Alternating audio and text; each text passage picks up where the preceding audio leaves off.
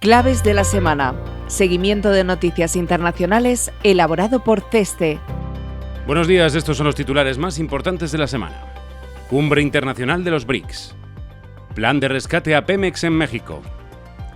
Acuerdo de libre comercio entre la Unión Europea e Indonesia cada vez más cerca. Armenia y Azerbaiyán cada vez más cerca de la paz. Acuerdo de inversión entre Emiratos Árabes Unidos y Siria. 5 líderes africanos visitan Washington. El retorno del hombre arancel. París y Londres acuerdan una defensa mutua nuclear. Comenzamos este repaso fijándonos en la Cumbre Internacional de los BRICS que tuvo lugar el pasado 6 y 7 de julio. Es la 17ª cumbre celebrada en la ciudad brasileña de Río de Janeiro. Tras la integración de Egipto, Emiratos Árabes Unidos, Etiopía, Irán e Indonesia, el número de países miembros de la Asociación de Economías Emergentes ha aumentado a 10. A la cumbre también asistieron por primera vez los denominados países socios: Bielorrusia, Bolivia, Cuba, Kazajistán, Malasia, Nigeria, Tailandia, Uganda, Uzbekistán y Vietnam. En el ámbito geopolítico, el grupo pidió la liberación de los rehenes secuestrados por Hamás, denunció la utilización por parte de Israel del hambre como arma de guerra y defendió la solución de los dos estados. Asimismo, condenó los ataques militares contra la República Islámica de Irán al constituir una violación del derecho internacional. Respecto a la guerra en Ucrania, evitó en el comunicado criticar a Rusia, uno de los miembros fundadores. En relación al multilateralismo, se enfatizó la necesidad de reformar el Consejo de Seguridad de la ONU, así como la participación accionarial del Banco Mundial y del Fondo Monetario Internacional, para dar así mayor peso a los países emergentes. La asociación también mostró su preocupación por el aumento de medidas arancelarias y no arancelarias unilaterales que distorsionan el comercio, en referencia a la agresiva política adoptada por la administración norteamericana. Esta semana nos vamos también a México, donde la semana pasada el gobierno anunció que está diseñando un plan urgente para rescatar a Pemex, cuya deuda total, sumando obligaciones financieras y pagos atrasados a proveedores, supera ya los 120.000 millones de dólares, lo que la convierte en la petrolera más endeudada del mundo. El plan contempla esquemas de factoring, mediante los cuales bancos internacionales adelantarían pagos a proveedores a cambio de adquirir esa deuda con respaldo del gobierno federal. Esto permitiría liberar presión inmediata sobre la empresa sin recurrir a más transferencias directas del presupuesto. También se discute si la Hacienda mexicana absorberá parte de la deuda financiera. La presidenta, Claudia Sheinbaum, afirmó que se trabaja en una transformación profunda de Pemex con una visión de largo plazo, pero reconoció que la situación actual requiere respuestas inmediatas. Mientras tanto, los proveedores, algunos al borde del colapso, reclaman pagos urgentes y la propia Pemex sigue en números rojos, con pérdidas recientes por más de 2.300 millones de dólares y caída en su producción de crudo. Y avances también entre Indonesia y la Unión Europea de cara a la firma de un acuerdo de libre comercio. Ambas firmaron el pasado 13 de julio un acuerdo político histórico para concluir ese tratado de libre comercio tras una década de negociaciones. Esto significa que los puntos esenciales del tratado definitivo han sido acordados por los líderes y negociadores de ambas partes. Es un hito decisivo en unas negociaciones que llevan, como decíamos, 10 años en curso. Para Indonesia, la economía más grande del sudeste asiático, este acuerdo es crucial, especialmente al considerar las tensiones pasadas relacionadas con el aceite de palma debido a la legislación europea sobre deforestación, cuya implementación se ha retrasado. Además, podría ayudar al país a mitigar riesgos económicos globales como la volatilidad de los precios de las materias primas o la excesiva dependencia de China. Indonesia ha mostrado un sólido desempeño económico con un crecimiento del PIB del 4,8% interanual en el primer trimestre de 2025 y las proyecciones sitúan el crecimiento a medio plazo en torno al 5 o 6%, por lo que es un socio exterior de gran interés para la Unión Europea de cara a expandir su acceso a un vasto mercado con alto potencial de crecimiento. Y también avances en las negociaciones entre Armenia y Azerbaiyán para alcanzar la paz. El primer ministro armenio, Nikol Pashinyan, y el presidente azerbaiyano, Ilham Aliyev, se reunieron la pasada semana en Emiratos Árabes para debatir los siguientes pasos para finalizar el acuerdo de paz. El encuentro de estos líderes tiene la capacidad de redefinir el futuro del Cáucaso meridional, no solo por lo que acuerden los dos líderes, sino también por el hecho de que Rusia esté por primera vez ausente de la ecuación. La ofensiva azerbaiyana de septiembre de 2023 recuperó el control sobre el enclave armenio de Nagorno-Karabaj y desencadenó un éxodo armenio masivo que dejó en una situación de extremada debilidad a Armenia. El reto consiste ahora en garantizar un marco de paz duradero. Sin embargo, siguen existiendo importantes obstáculos.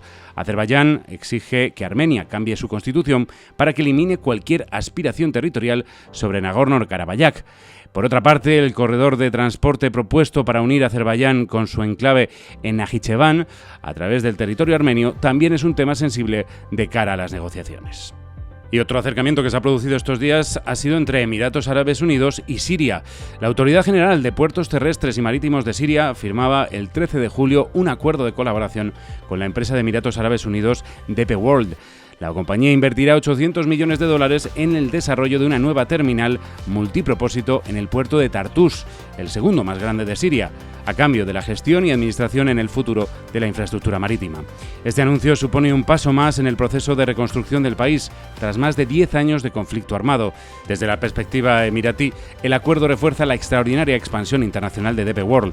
Se calcula que en la última década la empresa estatal de Emiratos ha invertido más de $11.000 millones en infraestructuras portuarias en América Latina, Australia, Europa, África subsahariana y Asia, lo que le ha situado entre los 5 mayores operadores de terminales del mundo.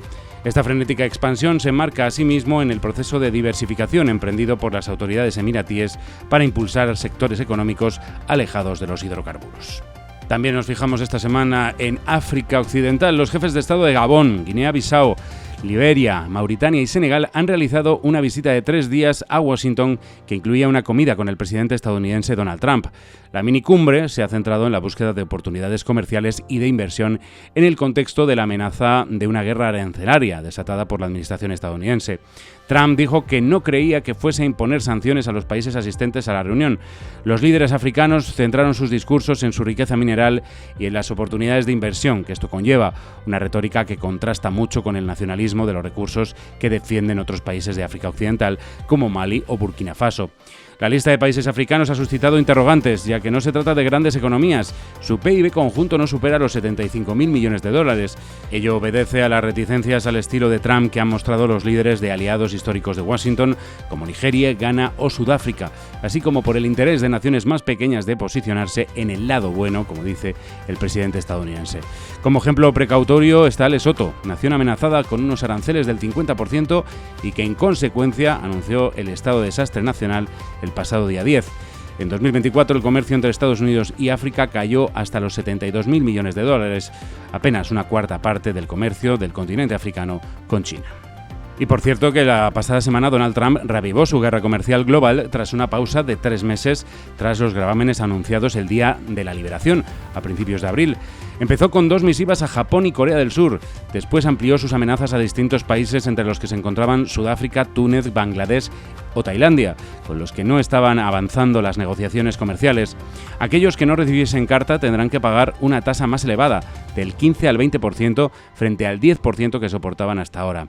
Luego vino una andanada contra las importaciones de cobre, ha anunciado aranceles del 50%, y también contra los productos farmacéuticos, impondrá aranceles del 200% aplicados de forma progresiva a lo largo de 12 a 18 meses.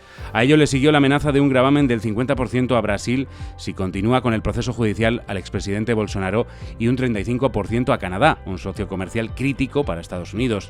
Por último, anunció aranceles por valor del 30% a los productos europeos y mexicanos. Todo ello entrará en vigor el próximo 1 de agosto, la nueva fecha límite.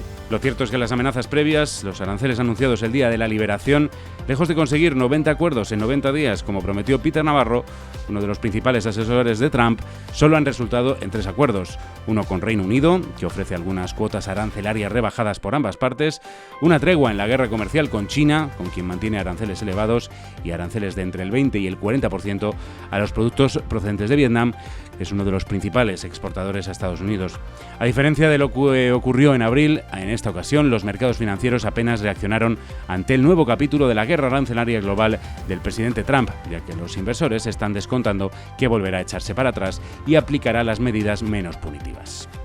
Y finalizamos con el anuncio del pasado 10 de julio entre Gran Bretaña y Francia que por primera vez unirán sus capacidades nucleares si el continente europeo estuviese sometido a una amenaza extrema. aunque cada uno controlará su propio arsenal, impulsarán una mayor coordinación política y alineamiento de sus doctrinas nucleares. El acuerdo franco-británico es lo más cerca que ha estado el continente de conseguir una capacidad estratégica nuclear, al menos sobre el papel.